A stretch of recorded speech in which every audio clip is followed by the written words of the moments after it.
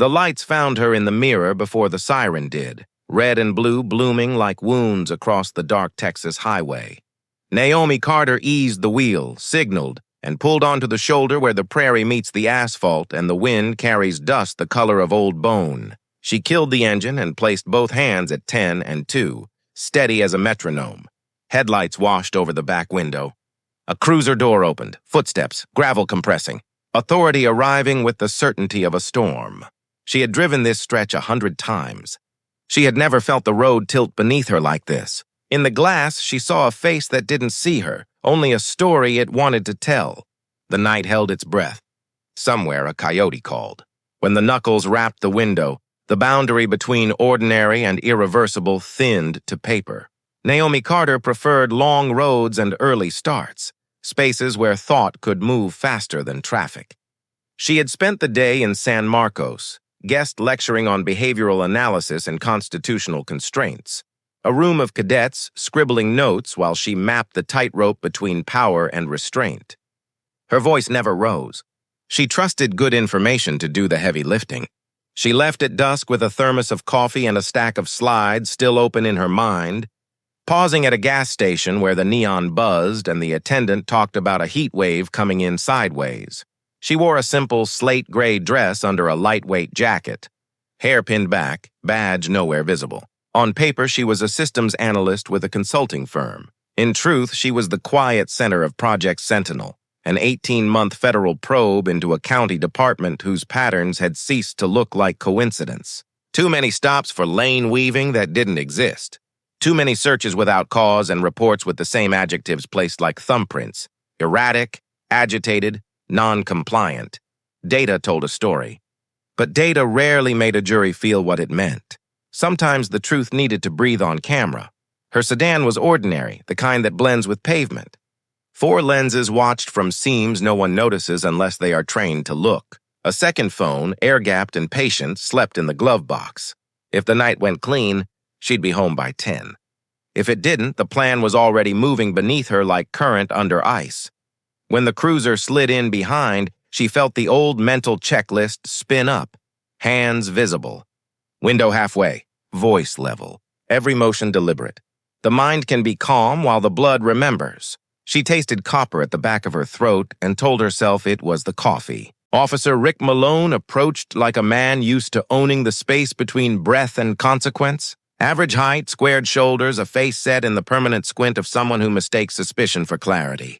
His partner, Henderson, remained in the cruiser, eyes flicking between the dash and the silhouette at the shoulder. The body cam diode glowed. The dash cam stared unblinking. A second set of lenses, hers, stared back. License and registration. No greeting. No explanation. The words came flat, assembled from 1,000 stops and a single intention. Naomi provided both, slow enough to be unmistakable, quick enough not to be interpreted as reluctance. The name, Naomi Carter, made something small and sour pass across Malone's face, the way a shadow cuts a fence line at sunset. "Know why I pulled you over?" he asked, though his tone said the answer didn't matter. "I don't," she said, and kept her hands where the night could see them. Failure to maintain lane. Vehicle swerved. "Strong smell." He paused, sniffed the air like a bad actor auditioning menace. Possible narcotics. The prairie smelled like hot grass and diesel. Naomi said nothing. Silence can be a clear mirror. Step out of the vehicle. Not a request. She did. Gravel shifted under thin heels. The wind lifted the hem of her jacket and laid it back down. Far traffic threaded white lines into the dark. Henderson's face was a pale coin behind glass. Malone circled. Predators don't always move fast. Sometimes they orbit. Been drinking? No. Medication? No. You look nervous. It's dark. You have a gun. Her tone held steady. The words landed without heat. He told her to stand by the trunk. He asked if there was anything in the car that should concern him. She said no. He asked for consent to search. She refused, plain and lawful. Refusal should have been the end of that part of the story. Instead, it became the doorway the story wanted.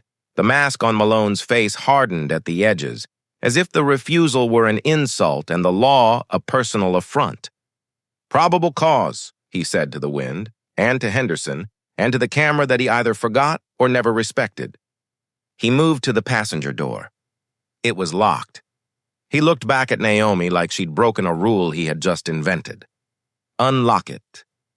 "I do not consent to a search," she repeated, the way you restate your own name when someone pretends not to hear it. Something old and wrong came into Malone's eyes then, an impatience that wasn't about procedure, a heat that wanted to see itself reflected in someone else's fear. He closed the distance faster than the night could process, one fist gathering the jacket collar, the other finding fabric at the waist. The sound of tearing cloth is industrial, an ugly rip that writes itself on air. Henderson flinched in the cruiser but did not move. The dashcam watched. Naomi did not resist. She held still inside her body like a pilot in turbulence, hands ready, mind calmer than breath, training louder than pride. There are humiliations designed to search for contraband. There are humiliations designed to remind a person that someone else can. This was the second kind, executed on a public shoulder where headlights made theater and the wind carried it. Malone shoved her against the trunk. Cold metal touched warm spine. The prairie fell completely silent, as if even the insects understood a line had been crossed. He narrated a fiction for the microphones. Suspect tensed. Suspect resisted. Words poured into the official record like concrete. Henderson stepped out at last, hovering beside the rear bumper, wanting not to be in the scene, and yet there in it all the same. A pickup slowed. A phone appeared. Light bright pixels watched. "Am I clear?" Malone breathed, close enough that she could see the salt at his temples. "Do you understand your place?" Naomi studied his hands instead of his face. The small tremor that follows adrenaline. The pressure points where the skin blanched, the way his fingers kept needing to remind themselves they were in control. She cataloged it the way scientists catalog anomalies. Not to be brave, to be accurate. He found nothing in the car because there was nothing to find. He wrote something else in his head because that is what he had learned to do. When he cuffed her, it felt ceremonial, a gesture to the camera to complete the tableau. Henderson's mouth pressed into a nervous hyphen. He clicked the second cuff like a man trying not to be in a photograph. At the precinct, fluorescent light turned skin into paper and metal into verdicts. The desk sergeant took her name without looking at the lines of her torn jacket. Paperwork whispered. Printers rattled. A cell swallowed her for an hour, then a room short on space and long on echoes received her. Interrogation rooms are built for asymmetry. Table bolted, chairs that scrape, corners measured to make a person feel fractionally smaller.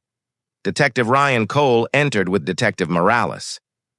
Cole moved like a man who used to run toward trouble and now solved it from a chair. Morales kept his eyes on the folder like it was a script he hadn't rehearsed. They sat. They asked for her account. Before she gave it, she asked 3 questions of her own. Was the camera in the corner recording? Were the evidence servers mirrored off-site per federal grant conditions? Had anyone reviewed the full dash cam clip from initial light activation to cuffing? 3 small stones dropped in a pool. The ripples reached places the detectives hadn't visited in a long time. Morales glanced at the dark dome in the corner, as if wondering who stared back through it. Cole's pen stopped moving. Outside, Malone was at a terminal typing a report that had already written itself. Scent of marijuana, erratic movements, aggressive posture, minimum force necessary. The phrases knew where to find the page. Henderson signed his own echo in the space marked witness. The machine whirred. Back in the room, Naomi answered every question with an economy that felt like authority. She didn't raise her voice. She didn't appeal for sympathy. She described. Timestamps, relative positions, phrases spoken in their exact order. A mind is a camera if you train it to be. Cole felt, in a place deeper than logic, that he was not interviewing a suspect. He was being measured for fit. When the station chief arrived, Randall Huxley, uniform knife-creased, jaw determined to be steel, he brought the institutional habit of believing the report nearest to his desk. He spoke in declarative sentences about charges and cooperation. Naomi listened the way surgeons listen to families listing folk remedies. When he finished, she opened a small wallet they had let her keep after a search that found nothing and said 3 words that changed the oxygen in the room. Special Agent Carter. The badge in the plastic blinked gold. The letters beneath it did not blink at all. For a heartbeat, nobody moved. Then Cole did quietly, excusing himself to make a call he wasn't sure he wanted answered. Morales sat straighter, as if posture might negotiate with reality. Huxley went a shade lighter and said something about verification that sounded less like confidence and more like a man trying to step backward through a door that is locked behind him. The first sign from outside was the sound, low at first, then coalescing into rotors and tires and the specific music of authority arriving uninvited. Black SUVs cut their beams across the lot. Men and women in windbreakers that did not need to say FBI but did anyway moved like a sentence with no commas. Huxley's radio erupted with voices that had no interest in his chain of command. Doors opened. The station's hum turned to a stutter. They came through reception with a warrant that had more pages than the lobby had chairs. Evidence lockers sealed. Servers mirrored. Weapons surrendered and logged by serial. Agents peeled off like practiced choreography. 2 to the communications hub, 1 to IT, another to booking, 3 to the bullpen where officers tried not to look at each other. Naomi stood and shed the blanket someone had offered, accepting a garment bag from her second. Harris, compact, precise, fury contained in his jaw. The blazer she put on made her look like what she was. Not a victim reassembled, but an operator returning to her station. "Find Malone and Henderson," she said. "Separate rooms. No contact." Harris was already moving. This kind of work feels like tide. You don't ask it to arrive. You get out of the way when it does. Cole returned with something in his face that looked like relief wrapped in terror. "Project Sentinel," he said softly, like a child saying a password. He had heard rumors. Rumors don't wear badges or carry duplicate drives. Rumors don't set up triage in your conference room while your chief watches his own authority shrink to a formality. Bodies in motion make their own weather. In the glass of a framed department photo, Naomi saw the bullpen reflected. Agents at terminals. Officers standing with hands visible. Henderson escorted past with eyes on the floor. Malone brought in slower, indignation curdling into confusion. He saw her. He tried to make his face a wall. Walls are easy to read when you know where the seams are. "Officer Malone," she said, voice steady and amplified by the silence that follows a storm. "You are being detained pending federal charges under Title 18, including deprivation of rights under color of law and obstruction." She didn't add the unwritten counts. Humiliation turned into evidence. Confidence turned into confession. The room didn't need the poetry. He laughed, the small dry sound of a habit trying to pretend it still works. "You can't." "You did," she said, and turned away before he could finish the sentence. That, more than the cuffs Harris applied, was the moment control left him. In the conference room, monitors woke to ordered chaos. Spreadsheets of stop data, heat maps of patrol routes, a ledger that didn't add up neighboring a towing contract that made too much sense. Agents spoke in clipped phrases. Cole and Morales sat opposite Huxley, whose mouth had found a straight line and could not locate any other shape. Naomi laid out the pattern for them. Clean, chronological, in the voice she had used that afternoon when explaining ethics to cadets who believed in clean lines because no one had yet told them how smudges are made. 4 times more likely to stop a person of color than a white driver. 6 times more likely to escalate to force. Reports that read like copy-paste because they were. She didn't need to raise her voice. She pointed to a timestamp, then to a frame, then to a sentence in Malone's fresh report that contradicted both. The truth sat on the screen and did not blink. "Here is what will happen," she said finally, and the room leaned toward the words as if the table could bend. "You will preserve every byte. You will not touch a file, a drive, or a phone that does not belong to you. You will make space for my team, and you will answer questions with the precision you owe your badges. If you do this, you may have a professional tomorrow. If you do not, you will not." Cole nodded first. People who have tried to do good work inside compromised systems recognize rescue when it looks like accountability. Morales followed, eyes clear. Huxley stared at a point beyond the monitor like he could still step into a different version of this night. He could not. Dawn is louder than night if you have been awake all the way through it. The station exhaled in stages, doors propped, servers copying, a coffee pot finally empty. Reports that used to write themselves now sat in the light like animals caught in a field. Henderson's statement, signed without Malone in the room, read more like memory and less like allegiance. Cole helped put together a timeline that would fit inside a courtroom and still breathe like a story. Huxley wrote 2 pages on official letterhead that ended a career. In the small hours, Naomi stepped into the parking lot. The wind had shifted. It carried the metallic tang of rain that might not come. She held the ruined jacket in one hand. The rip looked surgical now, as if the fabric had been opened to remove something malignant. She wasn't thinking about Malone. Predators are predictable. Systems are the patient. Project Sentinel would move through the county like dye in water, tracing veins of practice that had convinced themselves they were arteries. There would be hearings and statements and the slow, public choreography of reform, consent decrees, training rewritten by people who believe words should mean what they say, oversight with teeth, a ledger that balances. All of that would matter, and it would not repair the particular seconds on the shoulder where a woman was turned into an idea a man needed her to be. Nothing repairs that. At best, it converts it into a story whose ending is larger than the moment it begins with. She drove back to the highway as the sky learned how to be pink again. Same stretch of road, same fence lines, different gravity. A semi-truck passed, wind wake nudging the sedan toward the white line and then away. She remembered the cadets in San Marcos, faces bright with belief and fear, pens moving. She imagined inviting them to the station in a month. Not for a tour. For a lesson in how institutions apologize. For a map of how not to become the thing you swear to stop. Outside the city limits, a gas station marquee blinked open in letters that failed a little at the edges.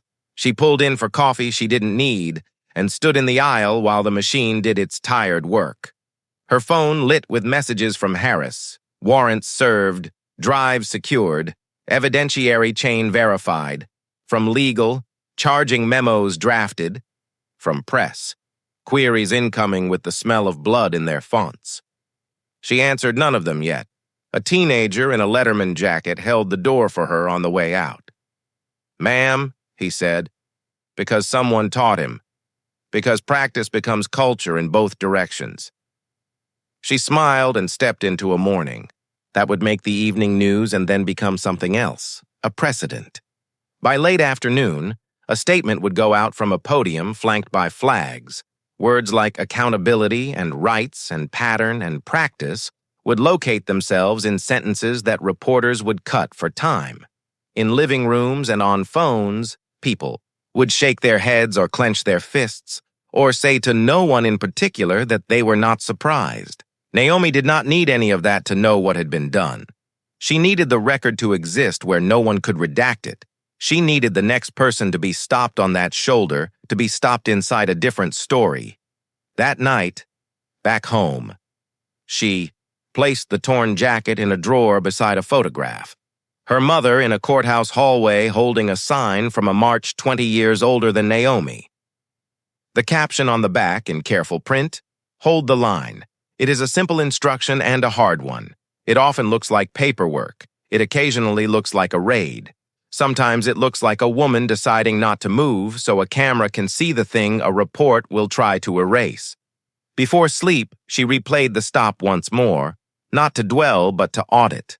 She slowed the moment the fabric tore until it became almost abstract. Color, sound, pressure. She did not insert revenge into the frame. Revenge is noisy and burns out. She inserted sequence and consequence. The click of cuffs, the click of keys, the click of a server mirroring without emotion. Each click is small. Together they become a hinge. Whole doors swing on hinges you cannot see from the road.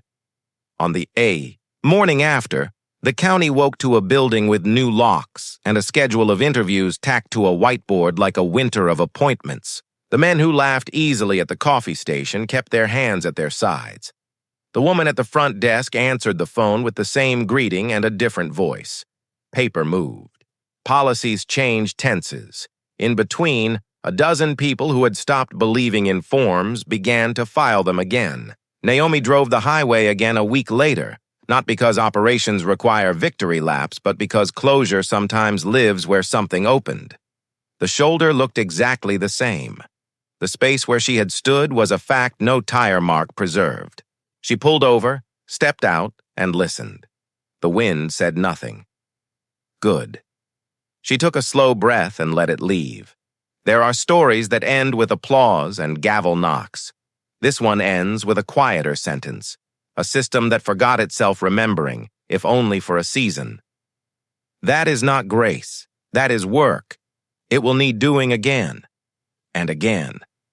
But somewhere, on a night like the one that began this, someone will be stopped, and the camera will record, and the hand will not reach for fabric, because the story has learned a different beat. If you are waiting for a grand moral, here is a smaller one, which might be better. Dignity is not granted by uniforms or titles or podiums. It is the baseline from which law is supposed to rise. When the law forgets, make a record. When the record exists, make it matter. When it matters, teach it until the next person with power remembers before the siren lights reach the glass.